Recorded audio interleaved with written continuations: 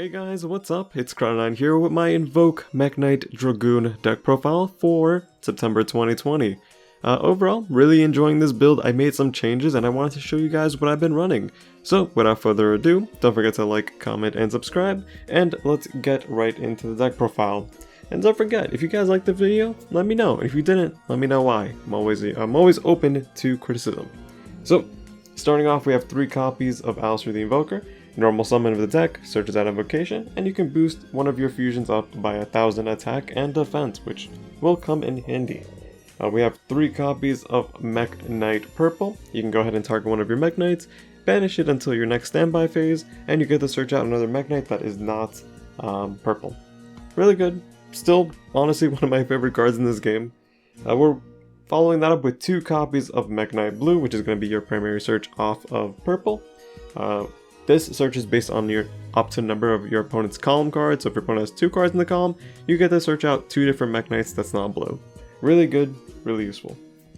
Following that, we're playing 1 copy of MEKK-KNIGHT Indigo. He, Shifty Boy, moves around your Mech Knights. Kind of it, nothing too complex. That would be it for the Mech Knight lineup. We're playing 1 copy of Prankatops. It's really good even at 1. It's a board removal card and it's also a pop. Really good. Your opponent either has to waste a negate on the pop or you just get a free pop. It's kind of it. It's good removal.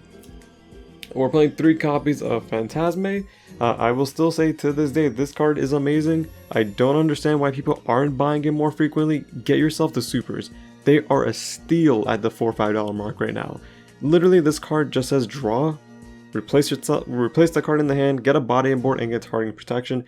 Every deck in the meta game plays links. The only decks that don't play links are the rogue tier categories, and even then, they probably still play link. Definitely pick it up, definitely main deck it. It's good going second. Again, primarily going second. Going first, not so much unless we go back into a Skystriker format.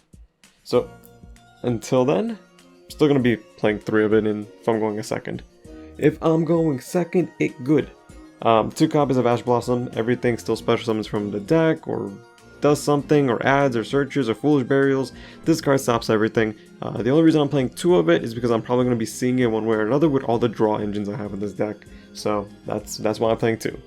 We're playing 2 copies of Ghost Ogre. I still think this is one of the most busted hand traps in the game. Literally, you get rid of something on your opponent's board, half the time they can't continue their combos. A lot of the time, that's enough to just win the game. Also, if you chain Ghost Ogre on Appaloosa, Appaloosa dies and they don't get your effect. So that's really good. So for the 2 bricks of the deck, we're playing 1 Dark Magician with my favorite art. Like, this thing is just beautiful, I love it. And 1 Red Eyes Black Dragon. Unfortunately, I don't have the anniversary shown in Jump 1, so we have to go with this one, which I think is the closest looking one. And it's a nice contrast, personally, the black and white. Alright, so from there we're playing spells. Obviously, we're playing 1 Terraforming to search out our Magical Meltdown.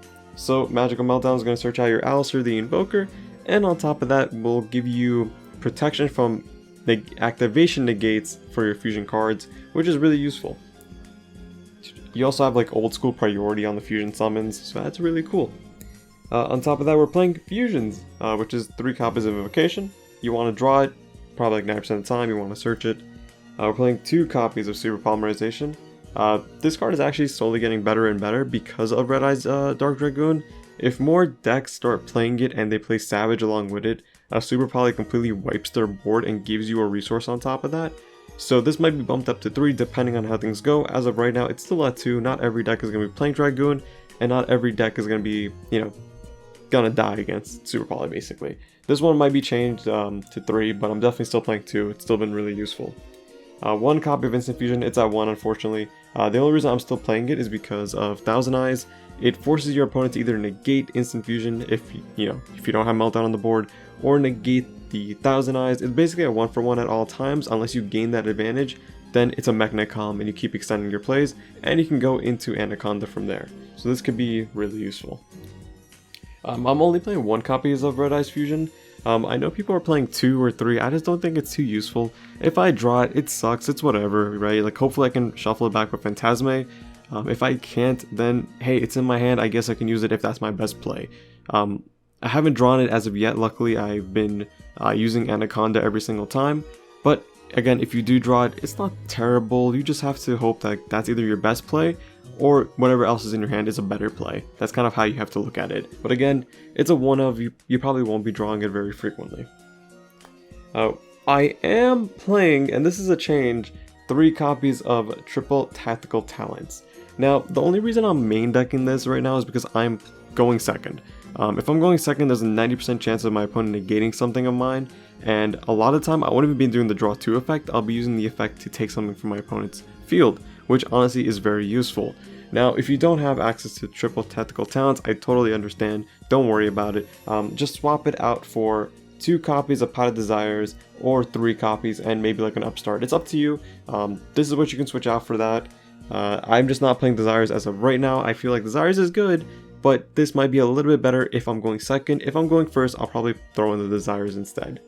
So that is my little change on it, because this has 3 effects if you didn't know. I can either draw 2, which is Pot of Greed. I can either change a heart something from my opponent's field, non-targeting, and I could just go ahead and Forceful Sentry something from their hand back into the deck.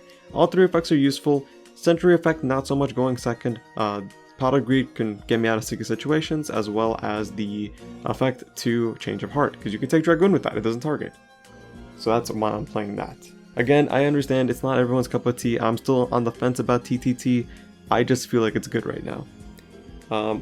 2 copies of Call by the Grave, because I want to make sure my plays go through. The problem with Invoke is that it doesn't have the option not to play Call by the Grave, because if you get hand trapped, you might not always have an extender, and that's why you need something like this to at least protect some of your plays. But I'm going second, so I want to only play 2. 2 copies of Cosmic Cyclone, because I don't like back row decks, and I feel like if you're not playing Cosmic Cyclone, you're just not in a good position in the game, because guess what? If they Mystic Mine you, you lose, so don't get Mystic Mined. 1 copy of Mind Control, because again, it's only at 1 unfortunately, but still really good. Take your opponent's resources, link them away, keep extending. And then 3 copies of Infinite Impermanence, which is your only main deck trap, and that's fine. This card is nuts, I still love it. It's hilarious because if I'm going first and I set up Macabre, then I draw for turn a Impermanence, and then they activate a trap card, I'm like, Macabre negate with trap card. It feels so good, it throws everyone off. No one expects Macabre to negate a trap card. It's one of the best feelings ever. So let's go ahead and talk about the extra deck. Starting off with the Invoked monsters, we are playing 2 copies of Macabre. There we go. So the reason I'm playing 2, still really easy to get out. I would only play 3 if you're playing the True King of Calamity build. I would not be playing 1. This card is too good to play at 1. Just a good negate. 90% of the time you're going to be negating monster effects, which is not always the best. Just make sure that if you're against a deck that's really spell reliant, have a spell in your hand just to negate it if anything. So 2 copies of Macabre. I'm still playing 2 copies of Purgatrio. I still like this card. As long as we play Almirage, I'll be playing 2 of this. If we cut Almirage for whatever reason, yes, I know there's that new the new Link 1 coming out. I still think I'm going to be playing Almirage and Secure Guard now. I'll be making a whole video on that later, but 2 Purgatrios, still really solid. This alone can win games a lot of the time. People don't respect it enough. It's the ultimate conductor of our deck. 1 Invoked Augustus. I still don't know how to pronounce it to this day. Aguides? I don't know. A really good card. On the summon, if you have Meltdown on the field, you can pop something on your board. On your opponent's board, they can't respond to it. And then later on, when it's on the board, your opponent special summons something, you can just pop it. It's free board removal. I remember when this came out, no one was really excited about it. But I've been making this guy so often, it's just so good. And on top of that, you can go ahead and banish one of your fusion cards in the graveyard, and he'll gain the attack until your opponent's end phase. Like, that's really solid. Oh god, and it's 2000 defense monster too, so it's really awesome. 1 Invoked Elysium. I'll never really make him off Invocation. I'll be making him off of Super Poly a lot of the time. Now that we have things like Dogmatica and I guess some other Invoke variants in the game, you can easily just wipe your opponent's board with 1 Super Poly. So again, this is really good. A Macabre and a Dragoon can just go into this for free, and it's just solid for you because you have such great board removal. 3200 attack. It's nothing to really like bat an eye at, honestly. Really good card. I would not be playing this if I'm not playing Super Poly though, so that would be something you need to keep in mind. If you're not interested in Super Poly, don't really play Elysium.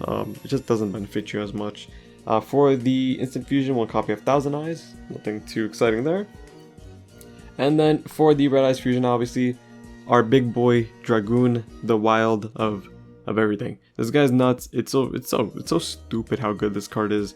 I definitely don't see him getting banned anytime soon, so if you're interested in picking it up, go for it. Especially with us not having events as of right now, you want to go ahead and just secure your copy. He probably will get reprinted one time so that Konami can get their money out of it, but we'll see. Still really good card. God, this guy is just so nuts. For the Super Poly targets, specifically 1 Starving Venom Fusion Dragon, because this guy is a dark, so 2 darks and you get a free Venom Dragon, and then 1 Earth Golem Ad Ignister for the Cyber-esque decks, because this only takes a Cyber monster and a Link monster, and you just wipe their board. Now, something I've been in and out of is I will switch out Earth Ignister for a Construct, so these are interchangeable. The reason why is because Construct, if you're against Dogmatica, the 2 most popular variants are going to be Eldritch and Invoke. So if they're obviously playing the Invoke variant, they're going to try to end on a Winda and a Makaba. Guess what? Winda's a Shadow monster, and Makaba's a light monster. Construct. Same thing in case of Eldritch. You have Eldritch himself, which is a light, and you have Winda, which is going to be your Shadow monster. This is good for both decks. Now again, it just depends on what you want to run. I've still been in and out of these 2. It just depends on what I'm going with, but I think Construct might be the better option. But again, it depends on your locals, depends on your online format. This is a bit more generic, because you still have your Invoke monsters themselves for the Super Poly targets against them, so that's up to you. For the links, we're playing 1 Secure Gardener and 1 Almirage for the link 1s. Really solid, just your Alistair fodder for a light and a fire. We're playing 1 copy of Anaconda. This can go ahead and send out your Red Eyes Fusion, which you're going to be using 90% of the time. You can send out your Instant Fusion, which only came up like once ever for me. It's not as good because you just can't do anything afterwards. And also you can go ahead and tutor out your Super Poly, which Anaconda's effect, literally the first line says you can make something on your opponent's field a dark monster. Then you can drop Super Poly and then make Venom, because guess what? He's also a dark, so it's up to you which one you want to be using. You're going to be using this primarily for Red Eyes Fusion though. 1 Alistair the Invoker of Madness. This guy is still good. I don't know why I've been seeing people cut him out for some reason in MEKK-KNIGHT Invoke. A lot of my games still aren't won by Dragoon. It's won because of the Invoke monsters. A Boral Sword with Percutry and Makaba is just the freest of games. And then finally we're playing 1 copy of Boral Sword Dragon for the 15 card extra deck. Just because this guy's still really good. You can swap that out for Boral Load as well. Now that Dragoon's in the meta, Boral Load is really strong because it can't be targeted by monster effects. And you can go ahead and reduce something on your opponent's board by 500. And on top of that, you can go ahead and take your opponent's monsters. So that might be something you want to consider. So for the side deck, this is something that you guys can change around. It depends on what you like. 3 copies of Nibiru. I don't like board spamming decks. This can shut off decks completely.